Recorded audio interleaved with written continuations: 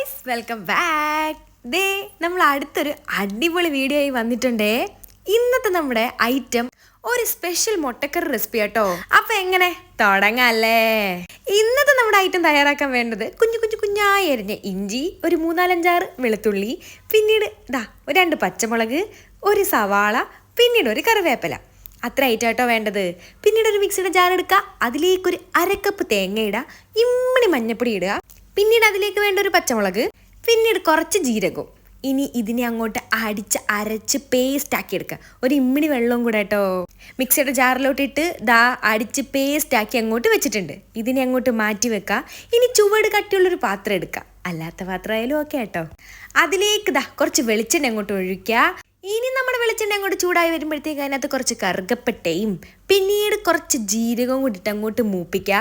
അതിലേക്ക് ആദ്യം നമ്മൾ കുഞ്ഞായി അരിഞ്ഞു വെച്ചിരിക്കുന്ന ഇഞ്ചിയും, പിന്നീട് നമ്മുടെ വെളുത്തുള്ളി അല്ലികളും, പിന്നീട് നമുക്ക് അതിലേക്ക് വേണ്ടത് നമ്മുടെ സവാള ഇതേപോലെ അരിഞ്ഞതും കൂടെ അങ്ങോട്ട് ഇട്ട് നന്നായി അങ്ങോട്ട് വഴറ്റി കൊടുക്കുക. ഇനി കുറച്ച് നന്നായി വേളാൻ നമുക്ക് ഇമ്മണി ഉപ്പും കൂടി ഇട്ടും കൊടുക്കുക. എന്നിട്ട് അങ്ങോട്ട് വഴറ്റ് പണ്ടാരോ പറഞ്ഞ പോലെ ഉപ്പിട്ടാൽ നന്നായി വഴണ്ട് വരും.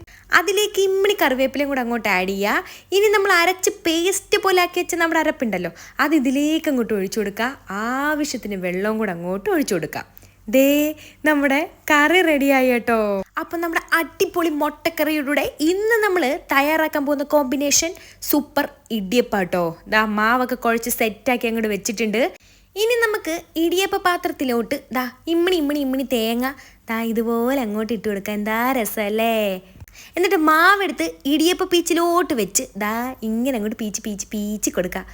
എനിക്ക് ഈ പ്രോസസ്സ് ഭയങ്കര ഇഷ്ടം കേട്ടോ. പക്ഷെ 2 തട്ട് പീച്ചാനേ എനിക്ക് ഇഷ്ടമുള്ളൂ. അത് കഴിഞ്ഞാൽ പിന്നെ നമ്മുടെ കൈയടയ്ക്കും. നമുക്കിങ്ങനെ വീർപ്പിൻ്റെ സുഖം ഉണ്ടായതുകൊണ്ട് കണ്ടു നിൽക്കാൻ മാത്രമേ ഇഷ്ടമുള്ളൂ.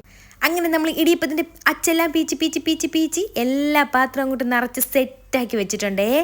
ഇനി നമ്മൾ അടുപ്പത്തിരുന്ന് ചൂടായിരിക്കുന്ന പാത്രത്തിലോട്ടല്ല ആ വെള്ളത്തിലോട്ട് ഇതേപോലെ നമ്മുടെ ഇടിയപ്പത്തട്ടിനെ അങ്ങോട്ട് എടുത്ത് വെക്കാം. അവിടെ ഇരുന്ന് അങ്ങോട്ട് ആവിയിൽ വേവട്ടെ.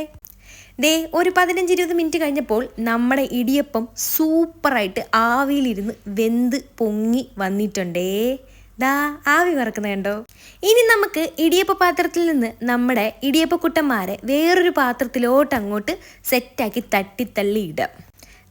നമ്മളെല്ലാ ഇടിയപ്പം ഇതുപോലൊരു പാത്രത്തിലാക്കി ഇനി ആവശ്യത്തിന് കഴിക്കാൻ വേണ്ടി നമുക്കൊരു പാത്രത്തിലോട്ട് ഇതിനെ അങ്ങോട്ട് മാറ്റി വെക്കാം. എന്താ രസമല്ലേ? പൂക്കളെ ഇട്ട് വെച്ചേക്കുന്നതൊക്കെ ഉണ്ട്. ഇനി ഒരു 3-4 ഇടിയപ്പം അങ്ങോട്ട് എടുക്കുക. നമ്മുടെ അടിപൊളി മുട്ടക്കറി അങ്ങോട്ട് ഒഴിച്ചു കൊടുക്കുക.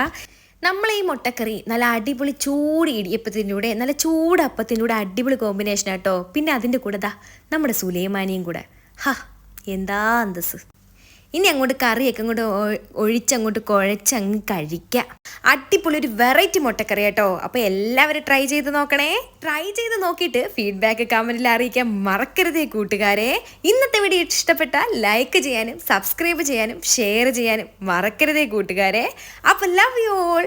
ബൈ.